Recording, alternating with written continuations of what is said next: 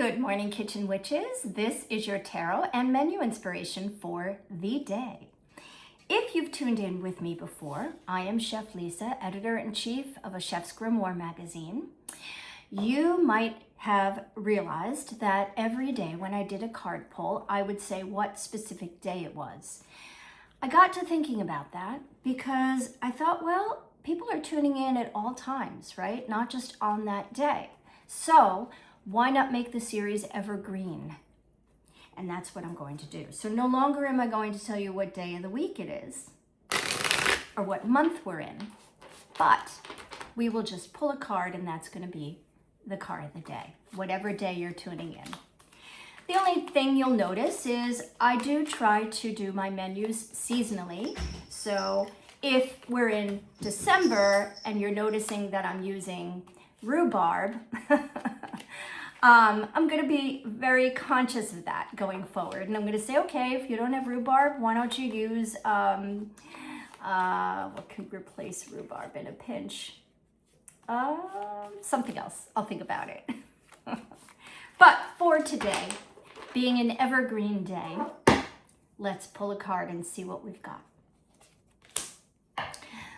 So we have the Six of Swords, a minor arcana. 6 in numerology is a very nurturing number. If you think about how it's drawn, right? It's bulbous, and then it comes around with almost like a belly at the bottom, almost like the mother's womb, right? Very nurturing, very wants to hold and give you a big old hug, a 6. And numbered 6 in the major arcana are the lovers. And all minors, with the exception of court cards, have a major that rules them. So think about the lovers, right? And all of that symbolism that that card has. It underlines this card. And the main keyword that you can take from the lovers and put into this card is choices. Because in the lovers card, one of the keywords is choices, because now you're thinking about the other. So you're making choices that are not just for you solo, but now for those that you love, right? That have come into your life, that you are nurturing, that you want to make sure that it's not just going to benefit you, but benefit them as well. So it's big choices, right? So the way that this card is depicted, we see that it's got the 6 swords stuck within a boat. There is a figure that has a cloak over their head. We can only see their back. And then we see a little individual, which we can only assume is a child, sitting next to that person. We can again assume it's the mother and child.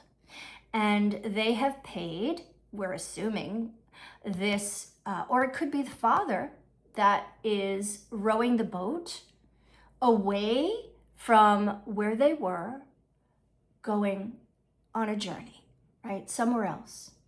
And the fact that the woman is cloaked with the cloak over their head, they're not exposed, right? They're not like, this is going to be great. They're kind of solemn. You could see their head is down a little bit.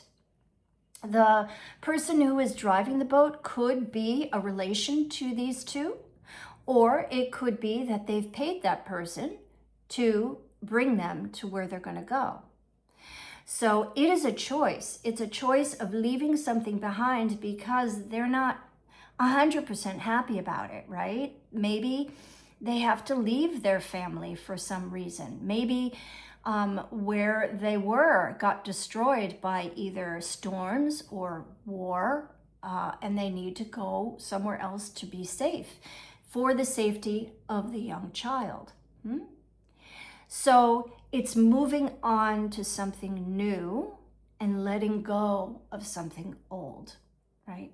It's a minor arcana. So its strength is day-to-day activity, right? It'll be a fleeting moment, but it's something to think about today. So what are you leaving behind that maybe you're thinking, you know what, I would continue to do that if it was just me. But because it's me and someone else, and it doesn't really benefit the someone else, let's move on from it and it'll be done.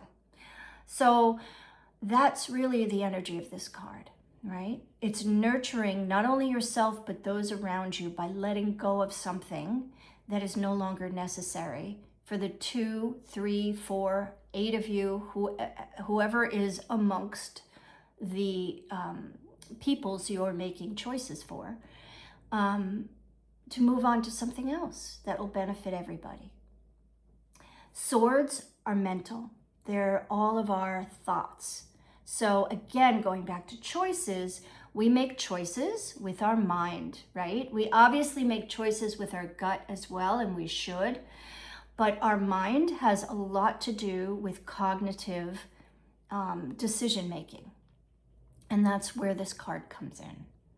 So what are you letting go for the benefit of others, right? And will it benefit you too? Because you don't want to do it just for others if it's really going to disturb your makeup, right? You want to benefit everyone involved. So it's a cognitive choice that you make for not only yourself, but those around you. So what is that today? What can you think about, right? If we were to bring this card into the kitchen, my thought is maybe you're thinking about a new diet plan for not only you, but your family, right? So maybe you're going to go out, you're going to go to the grocery store, you're going to first of all, you're going to clean out your cupboards. Clean out the cupboards of all the laden sugary snacks, right? Get rid of them and replace them with something else. Maybe there's, a diagnosis in the family where you want to support that person, even if it's you or someone else, you want to support them by having the family eat pretty much the same things so that that person doesn't feel like they're singled out, right? And they'll be set up to fail in this new diet plan because everything around them is not what they're supposed to eat, but everybody around them is eating it, you know? So you want to support that person because you love them. So you're going to make cognitive choices to set them up for success, at least at home. Outside the home, really, there's not much you can do. But inside the home, yes, you can. So think about that, right? A new diet plan. Now, whenever we're starting this, it could be moving into fall, it could be moving into spring.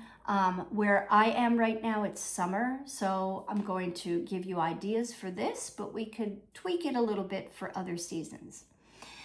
So I'm thinking, okay, you know, a lot of times sugar is the main component of any disorder in the body, usually, because sugar feeds that. So getting rid of the sugar is a good idea, starting there. So the diet I'm thinking is ketogenic, right? Where it's very low carbohydrate.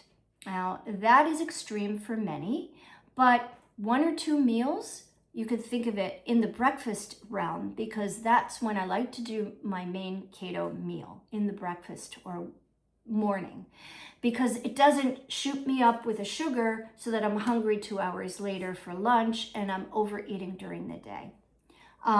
It also starts the day off very with a lot of protein. So again, going to your cognitive thinking, it's very steady. It's not sporadic and your sugar highs aren't high and low. So simple enough, we're going to do an egg crepe or a crepe with ham and cheese, right? So when I say egg crepe, I'm not using flour, right? Because flour usually goes into a crepe batter. Instead, I'm just going to scramble up eggs, a little sea salt, and I'm going to make that the base. No flour, no cream. I mean, you could add a little cream if you want to, but really just the eggs because that's how they're going to stay flat and they're going to be able to be rolled into something else. So really just eggs. Scramble them up, add a little salt. In a pan on the stovetop, you're going to add a little bit of butter, right? Get it hot. Get your pan hot first. Add the butter, quickly add the eggs. Just maybe one scrambled egg to a pan about, oh, I don't know, 8 inches in width, diameter. And let it spread out so it gets super thin, right?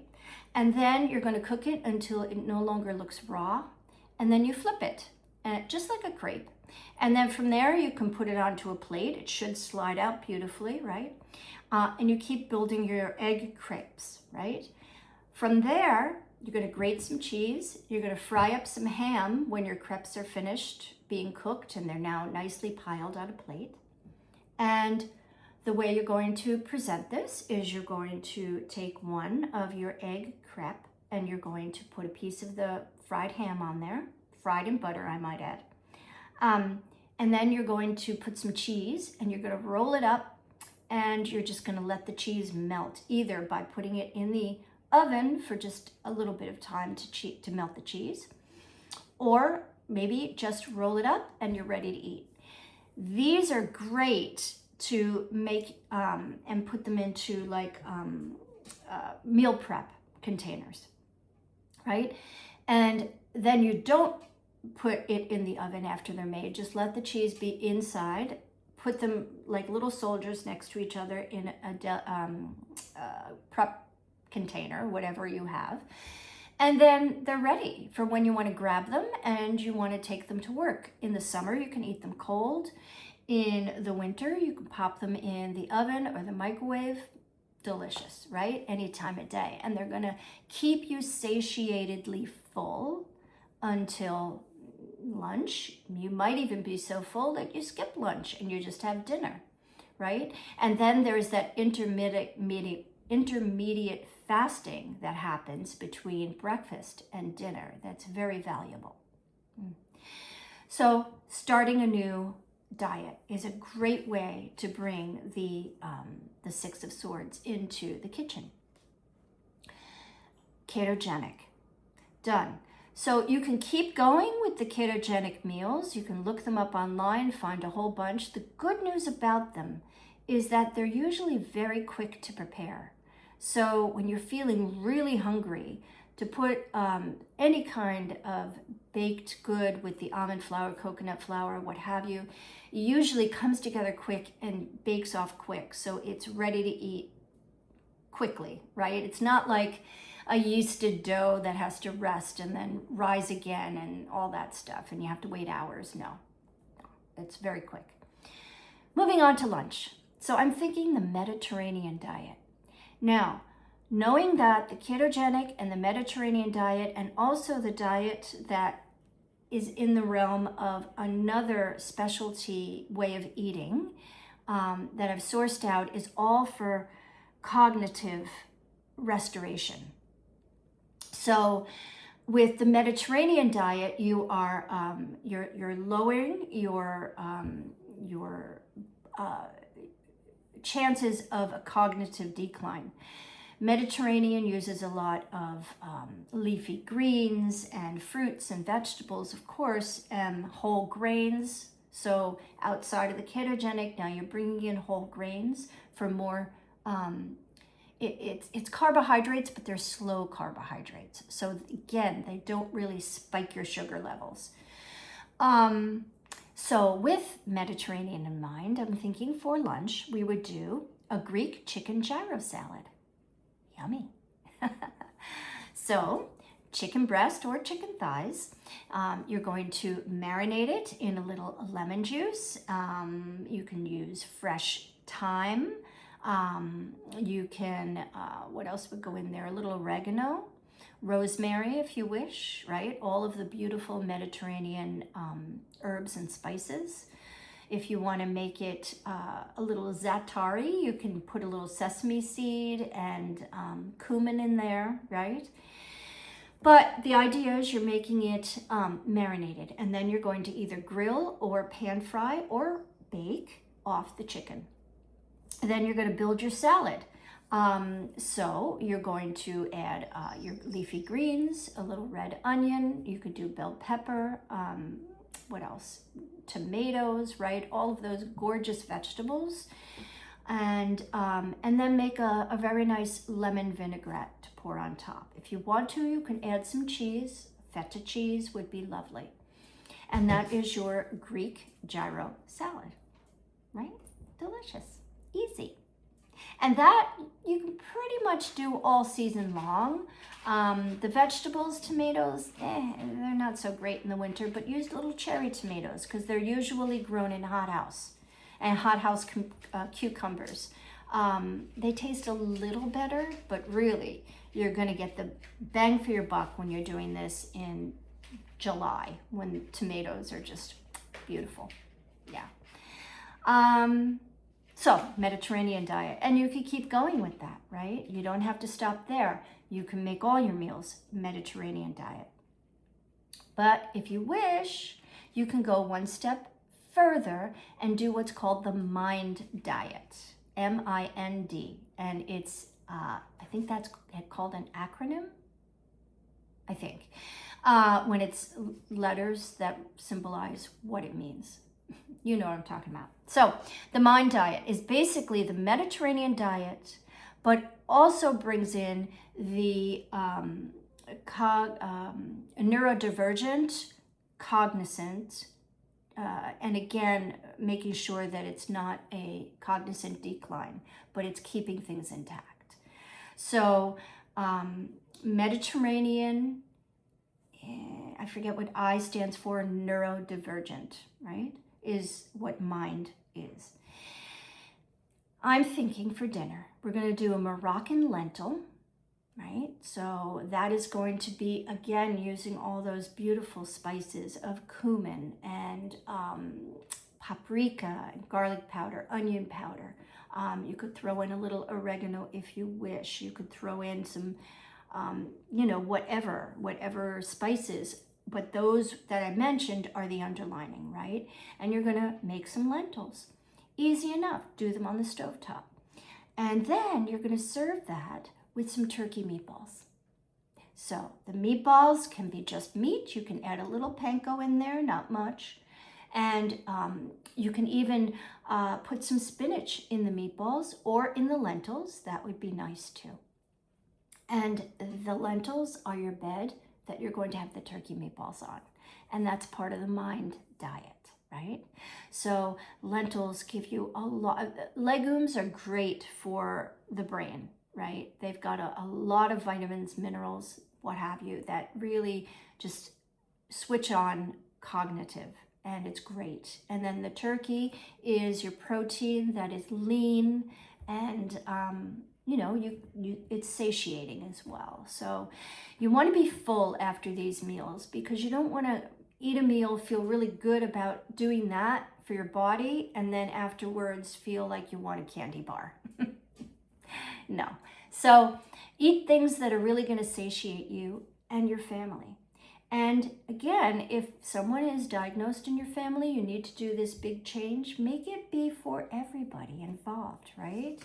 You're going somewhere new and you want to bring everyone along because it's going to benefit everybody in the end. So that said, the 6 of Swords wants you to nourish yourself and nourish all those around you with your kitchen magic. See you tomorrow.